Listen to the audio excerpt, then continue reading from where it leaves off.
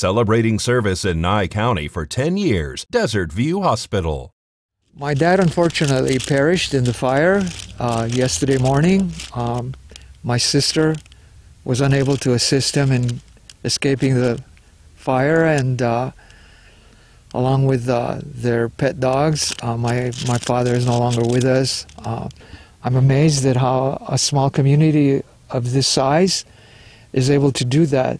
Coming from a large city in California, we do all care for each other, but there's a certain sense of responsibility that goes along with being a human being, and the experience that I've had with the people here is amazing. Just before 9 a.m. we were dispatched for a report of a structure fire in the 5800 block at Kent Street. As crews were responding, we were notified immediately that there was discharging ammunition, there was heavy fire conditions throughout the building. And as we proceeded to the location, we were eventually informed that possibly a 94-year-old male may still be in the structure. With that in mind, considering the circumstances as described to us, we immediately went into a rescue strategy or objective, and therefore our crews were already preparing before their arrival to effect that rescue by conducting what's called a blitz attack, which means a large amount of water in a short period of time in order to control the fire, to allow us to try and make a rescue in the environment that was fully involved. Crews arrived, they found all the entryways and many of the windows had heavy fire blowing out under force, and therefore it prohibited us from getting into the structure immediately. We used that blitz attack, commenced an exterior defensive attack, quickly knocked down the bulk of the fire.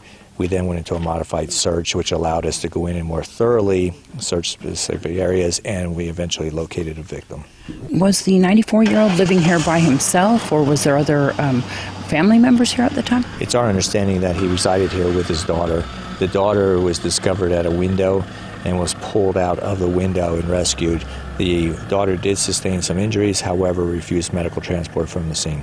There's also other trailers on this property. Is there other occupants? Well, that's part of the ongoing investigation, but there are several that appear to be an occupied secondary structure on the property. The State Fire Marshal came down from Reno.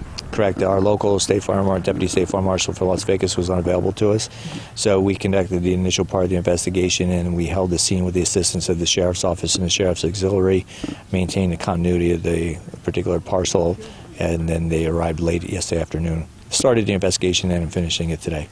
And so, do you know possibly where the fire originated from at this point? We have a pretty good idea where it originated. What we're investigating now is to actually what that cause is. Was it contained to just one structure? It was, yes. We held the fire to the original area, the original structure. It did not go to any of the nearby exposures. All right. And when will the investigation be concluded, do you know? Well, the investigation is ongoing right now, but the field portion will hopefully be conducted and completed today. Does it appear to be accidental? Every indication thus far suggests an accidental, but we're not ruling anything out at this point.